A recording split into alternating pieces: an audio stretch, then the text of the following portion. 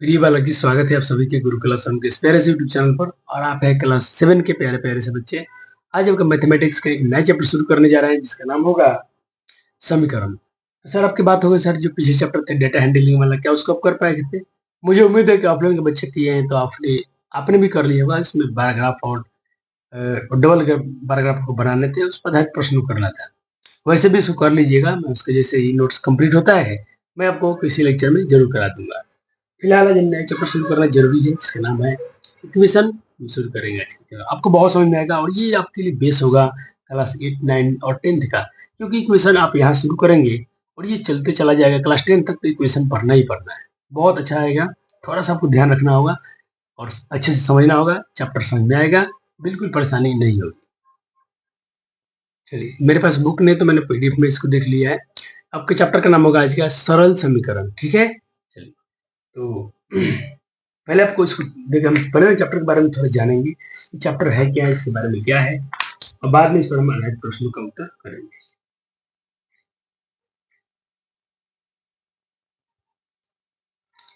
देखिए, चैप्टर का नाम है इक्वेशन, सिंपल इक्वेशन। सर सरल समीकरण क्या होते हैं? ये कोई भी समीकरण आप जानते हैं कि मैं थोड़ा सा आपको बताऊं पहले डायरेक्टली ऐसे ही समीकरण का होता कैसे है, तो हम ना ऐसे इक्वेशन बोलते हैं। जैसे कि ऐसा लिखा हो 3x प्लस 5 और इसको बराबर से कोई दी है, एक बराबर में कुछ मान डाल दिया है 5 या 15, इधर कुछ होंगे इधर कुछ होगा। इक्वेशन के मतलब इक्वल के लेफ्ट साइड और राइट साइड कोई अंक होंगे, और इसमें आप देख रहे हैं कि एक्स है, 3 है, कोई ऐसे ऑपरेशन साइन है, फिर कोई आपका कांस्टेंट है। ये सब जो मिलके चीज बनाए ना, जिसको हम बोलते हैं समीकरण। क्या बोलते हैं? समीकरण। तो सर इनको बनने से पहले इनके सारे टर्म को जानना चाहिए हमको। पहले हमको जानना चाहिए सर इसमें चर क्या होता है। उसमें देखा था आपने एक्स मैंने लिखा था, मैं इसमें एक्स लिखा हूँ। मैं कहीं ऐसे भी लिख सकता हूँ 3y माइनस 5 बराबर 20। तो यहाँ आप देख रहे हैं कि सर -5 है, तो ये क्या सर कांस्टेंट है, ये क्या सर वेरिएबल है, ठीक है।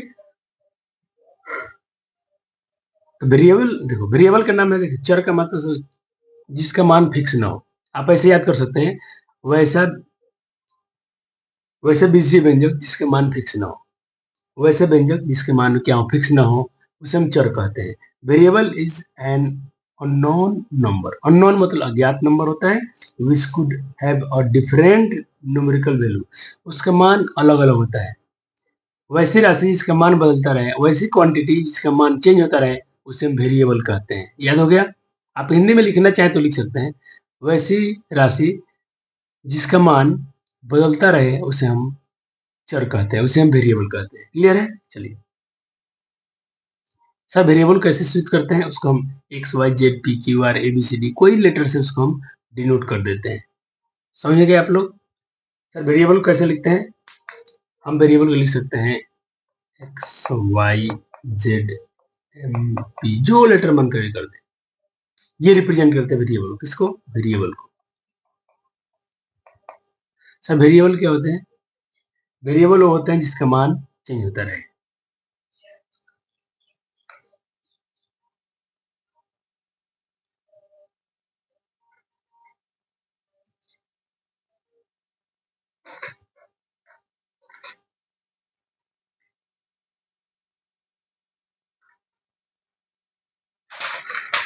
अब देखिए, अब आता है मेरे पास कांस्टेंट। अब लिख दिया वेरिएबल नॉट फिक्स्ड वैल्यू, जिसका वैल्यू फिक्स ना हो वेरिएबल है। वन लाइन में कांस्टेंट क्या होते हैं सर? कांस्टेंट अचर बोलते हैं हिंदी में।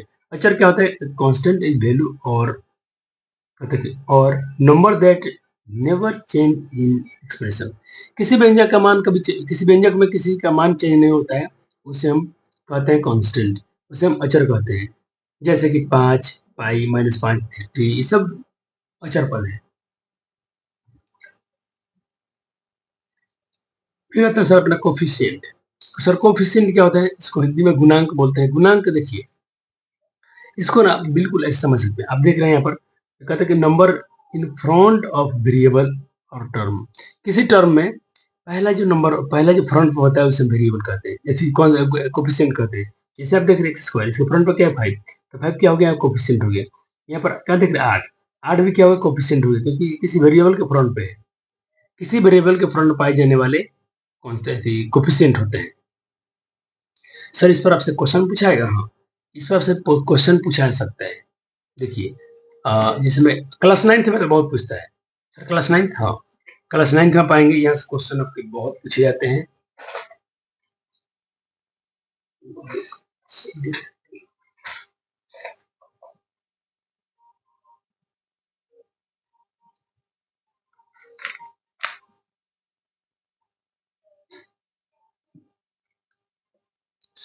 एक बार मैं आपको जो अभी हुआ पढ़ाई उसको मैं एक बार इससे कर देता हूँ ताकि बच्चों का अच्छे से नोट्स बन जाए। हो सकता है कि बहुत सारा आपका लाइट अभी फ्लैश लाइट से कैमरा वीडियो रिकॉर्ड हो रहा है, तो फ्लैश लाइट में हो सकता है कि लेटर आपके ना ये होते हैं, क्या बोलते हैं,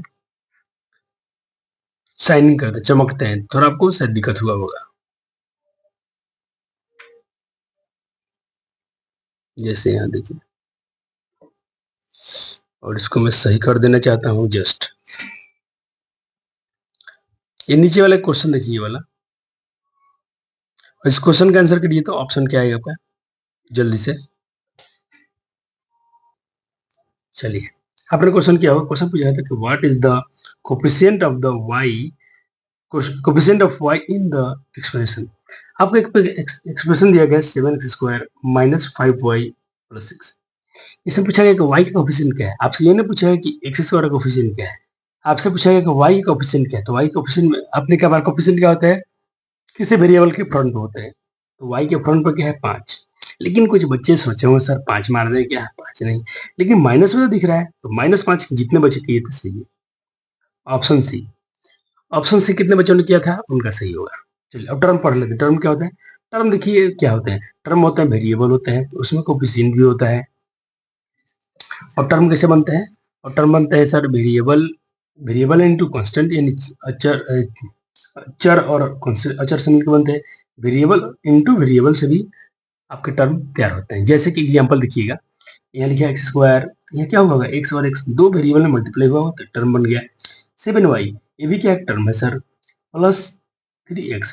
तो देखिए यहाँ पर कोफिशिएंट गुणांक में है, यहाँ पर क्या है सर ये, तो सारे के सारे टर्म हो गए सर। इसमें प्लस भी 5 भी लगा सकते थे, एक कोई भी लेटर वो भी टर्म कहलाता। हो गया। चलिए अब बात आता है सर एलजेब्राइक एक्सप्रेशन के बारे में। एलजेब्राइक एक्सप्रेशन क्या होता है, बीजीगणित क्या होता है, कहते इट इज एन एक्सप्रेशन, एक एक्सप्रेशन होते हैं इन्वॉल्विंग इन इन्वॉल्विंग कांस्टेंट। इसमें इन्वॉल्व क्या होता है, इसमें इन्वॉल्व होता है constant, variable and some operation like same. जैसे कि यहाँ पर लिया 4x + 7, तो 4 क्या सर कोफिशिएंट है x का, x क्या है वेरिएबल है। ऑपरेशन साइन का मतलब यही होता है प्लस माइनस कुछ भी, plus minus addition subtraction multiply divide कोई भी साइन यहाँ पर आएगा, और ये एक अचर पद होगा। तो ये जो एक चीज बना इसको हम क्या बोलेंगे, ये बोलेंगे मेरे क्या है, एक एल्जेब्राइक एक्सप्रेशन है।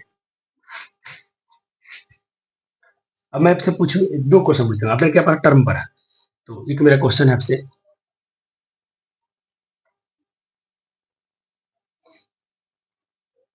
चलिए लाइट, चलिए मैं क्वेश्चन लिख रहा हूँ 3x² + 5x + 7।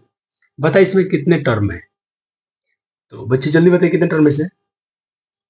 तो बच्चों ने बोला होगा सर 3, 1 2 3, 3, तो इसमें 3 टर्म है। अब मैं आपसे क्वेश्चन पूछने जा रहा हूँ, अब जल्दी से बताइए सवाल में x² का कोफिशिएंट, कोफिशिएंट बोले तो क्या बोलते हैं, गुणांक क्या है, तो जल्दी आंसर लिखो। x² का कोफिशिएंट क्या है, तो बच्चों का जवाब होगा x² कोफिशिएंट में सर तो 3 है, तो 3। जिन बच्चों का आंसर 3 आया सही है। अगला सवाल है सर, इसमें x का कोफिशिएंट क्या है, x का गुणांक क्या है, जल्दी बताएंगे। x का कोफिशिएंट क्या है, तो बच्चों ने कहा x का कोफिशिएंट सर 5 है। बहुत सुंदर बहुत सुंदर, आप बिल्कुल समझ गए। अब अगला प्रश्न, अगला प्रश्न होगा व्यंजक को लेकर। इससे अपने बाहर एल्जेब्राइक एक्सप्रेशन क्या होता है, जैसे मैं यहाँ पर लिख रहा हूँ सर, कोई ऐसा, यहाँ पर कोई अपने साइन लिख 2 और यहाँ पर दे दिया अपने, ये एक्सप्रेशन हो गया 3x - 2, इसको एक्सप्रेशन बोलेंगे।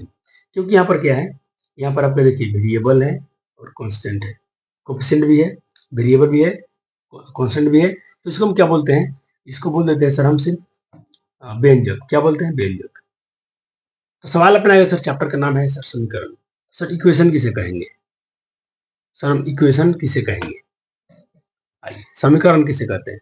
तो समीकरण वही बात कह रहे हैं ये लोग कि एक गणितीय कथन होता है, एक स्टेटमेंट होता है, मैथमेटिक्स स्टेटमेंट होता है जो ये शो करता है, दर्शाता है कि व्यंजक बराबर है। जो एल्जेब्रिक एक्सप्रेशन है, जो एल्जेब्राइक एक्सप्रेशन है, वो इक्वल है, बस इसी को समीकरण कहते हैं। सिंपल भाषा में देखिए, जैसे कि कोई व्यंजक लिखते हैं, जैसे मैंने व्यंजक लिखा 3x माइनस 7, ये क्या है? एल्जेब्राइक एक्सप्रेशन है। सर इसको बराबर कर देंगे, जैसे मैंने बराबर कर दिया 0, तो ये क्वेश्चन बन गया। अगर मैं लिख दूं 5x माइनस 9 इक्वल 25, ये भी क्वेश्चन बन गया। सिर्फ इसमें इक्वल का साइन होना बहुत कंपलसरी है, तभी क्वेश्चन इसको बोलेंगे। ओके बच्चों को डाउट खत्म हो गया? जी सर। आइए आपके सवाल वाल कर लेते हैं। आपके बुक में कुछ सवाल दिए गए थे, पहले एग्जाम्पल से शुरू करेंगे प्यारे प्यारे नरेंद्र वालों को। पहले सवाल ये पूछ रहे हैं, x के 3 गुने और 11 का योग 32 है।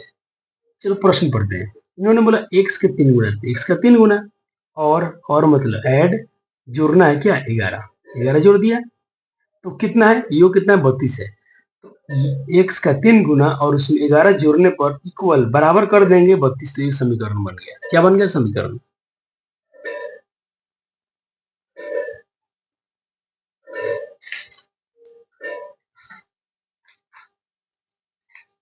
अब ऐसे ही चलते हैं हम अगले प्रश्न के पास।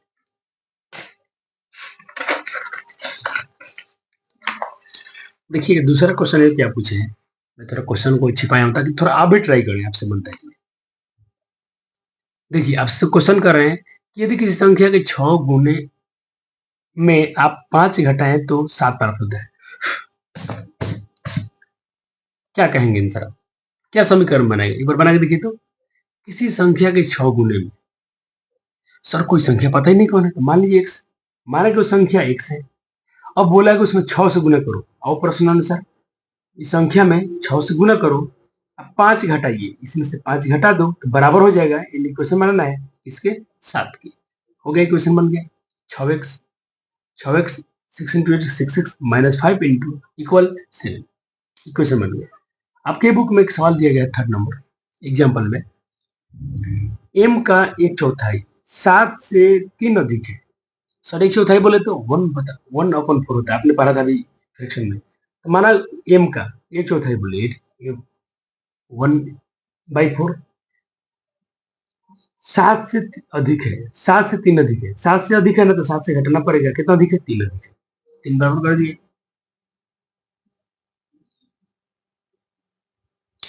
और m का 1 से मल्टीप्लाई m हो जाएगा बटा 4 और माइनस 7। देखो ये कम हो गया, माइनस मतलब क्या? ये कम, कम है कौन? 7। ऐसा अधिक कौन? 3 अधिक है, इसलिए 3 अधिक बाहर में है। अगला क्वेश्चन है आपका इसमें क्या,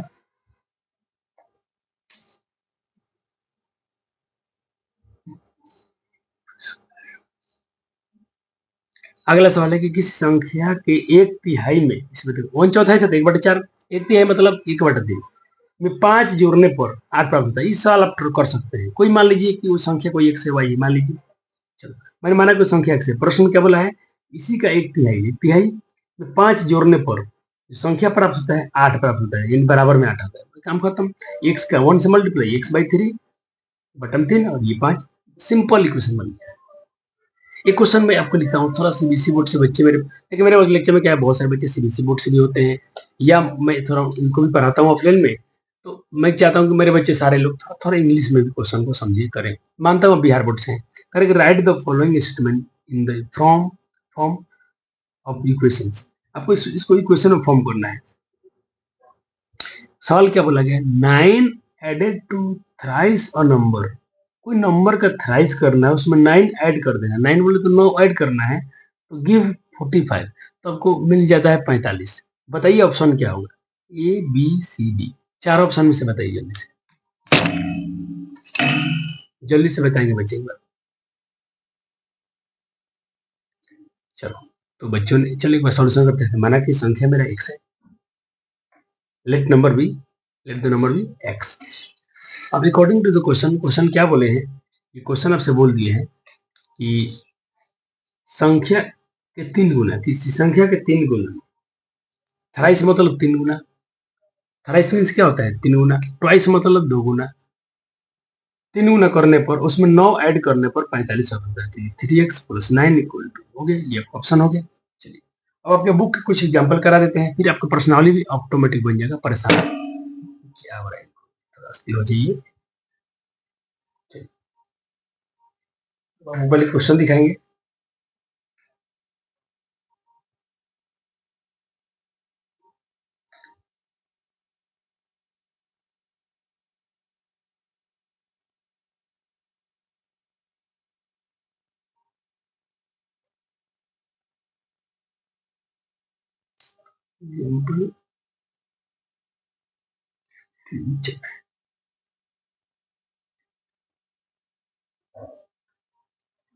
देखिए जितना आपसे बोला जाए उतना ही लिखना है आपको।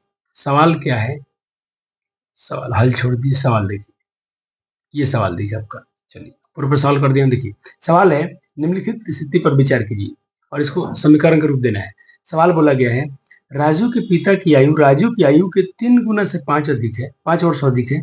राजू के पिता की आयु 44 वर्ष है, तो राजू की आयु ज्ञात करने के लिए समीकरण बनाइए।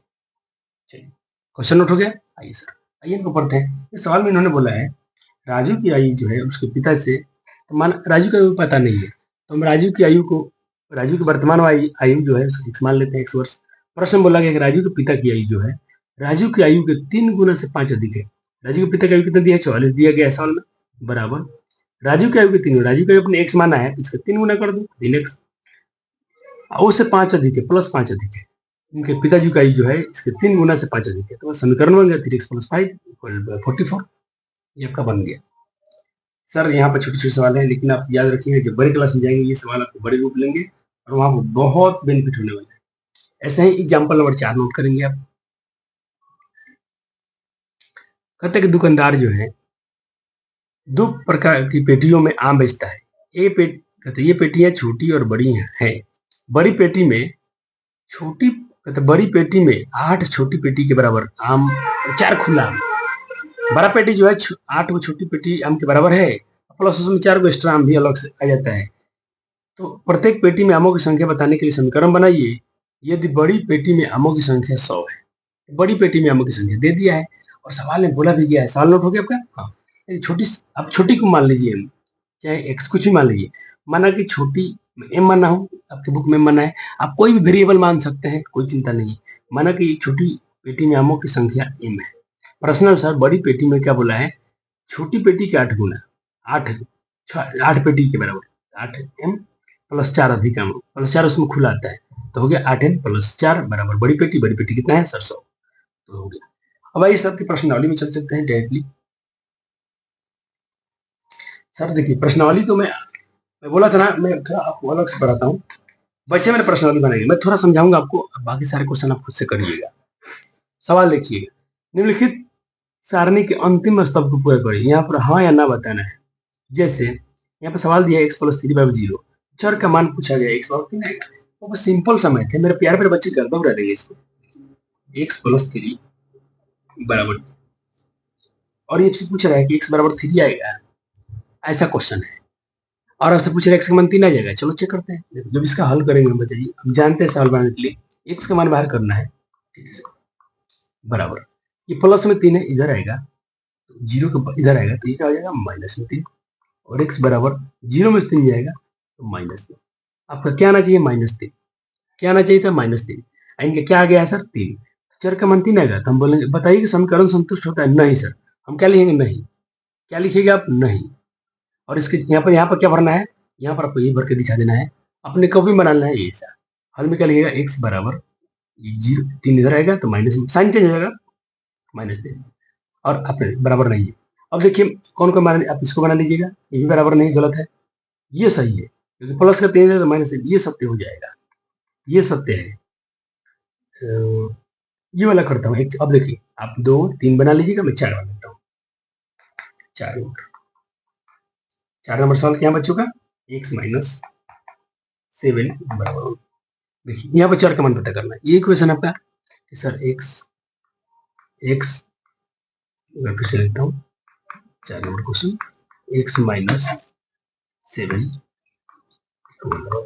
यहाँ पर मुझे 4 का मान पता करना है, इजीली कर सकते हैं। तो हल में क्या करना है, x बराबर ये माइनस के साथ इधर आएगा तो क्या हो जाएगा, साइन बदलता है प्लस। तो क्या आना चाहिए 8, क्या आना चाहिए वेरिएबल सर, आपको चर का मान क्या आना चाहिए 8, और इन्होंने क्या दिया है सर 7, तो ये भी गलत है, आप असत्य क्या बनेगा, समीकरण संतुष्ट नहीं है, क्योंकि LHS सारी चीज बराबर नहीं है, यहाँ LHS सारी चीज बराबर नहीं है, यहाँ पर एक से यहाँ पर 8 है,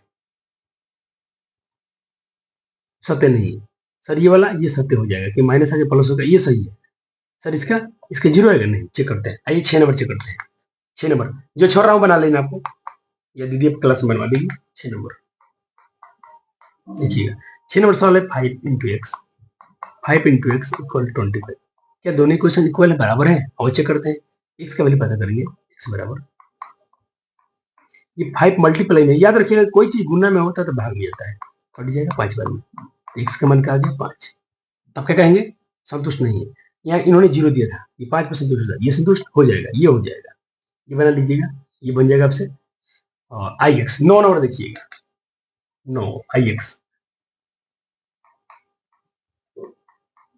सवाल है आपका 9 नंबर, m/3 और इक्वल में 2 है,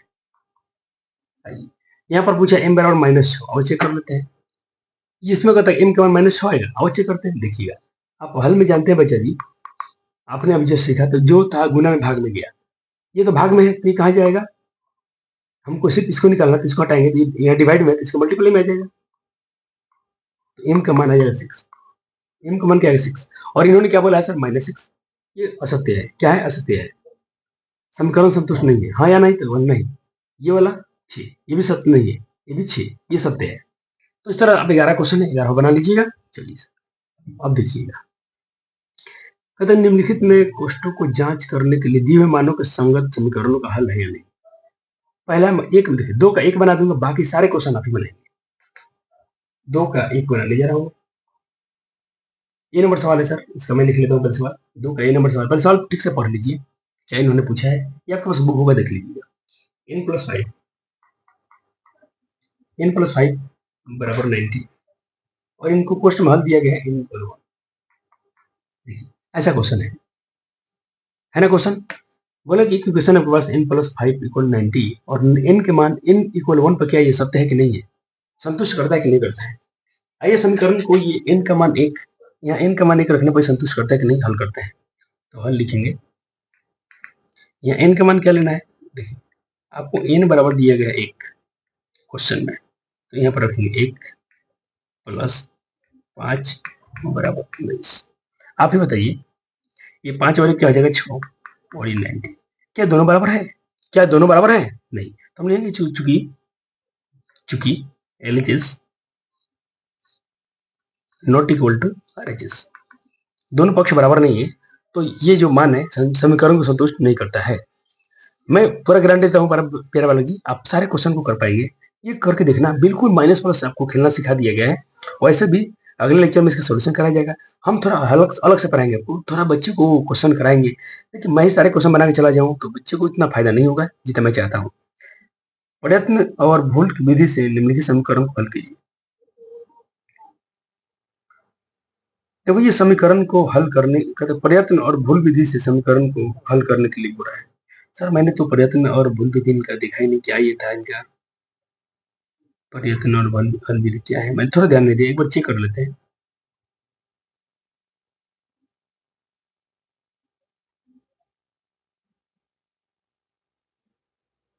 चलिए एक बार मैं इसको बनाना सिखाता हूँ,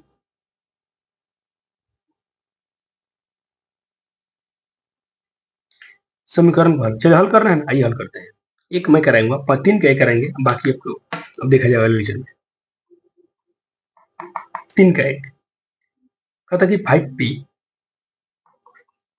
+ 2 = 70, यहाँ बोले समीकरण में इसको हल करना है, 3 का एक सवाल आप लिख लिए होंगे, यहाँ आपको मोटा मोटी इसका मान निकालना है, बच्चे एक सिंपल मेथड सिखाएं, जब भी आपको इसका मान निकालना होगा ना, कभी एक्स वाई का मान निकालना है, तो पहले उसमें धीरे धीरे संख्या को बाहर कीजिएगा, आपका हल में पहला स्टेप होगा, इसको हटाइएगा, तो 5p रह जाएगा, आप इसको हटाए प्लस में था, इधर का हो जाएगा माइनस में, यहाँ घटने के लिए बोल रहा है घटा दो, आपको मोटा मोटी से इनका मान निकालना है सर, पी का, अब पी बाहर कर दे अकेला, थोड़ा पहले सिखाया था, ये मल्टीप्लाई में है तो कहाँ जाएगा, डिवाइड में जाएगा, काट देना, पी के मान आ जाएगा 3। इस तरह से आप सवाल को बना सकते हैं और 2 इसका बना लीजिएगा। मिलते हैं अगले वीडियो में, तब तक के लिए बहुत बहुत शुक्रिया, धन्यवाद। लेक्चर का समय, सब ऑफलाइन का समय हो चुका है, सुबह बच्चों का क्लास होता है, इसीलिए मैं थोड़ा इस लेक्चर को यहीं पर स्टॉप करता हूँ। लेकिन मैं पूरा वादा करता हूँ बच्चे जी, अगले लेक्चर में सारे क्वेश्चन को कर पाएंगे हम लोग। आपको इनको सॉल्व करना होगा तो करके देखिएगा, क्योंकि आपने हर टाइप के सवाल अब एग्जाम्पल में किया है। आप इसको बन जाए तो बना लीजिएगा, नहीं बनता है तो परेशान होने की जरूरत नहीं है। मिलते हैं अगली वीडियो में, तब तक के लिए बहुत बहुत धन्यवाद। Thank you.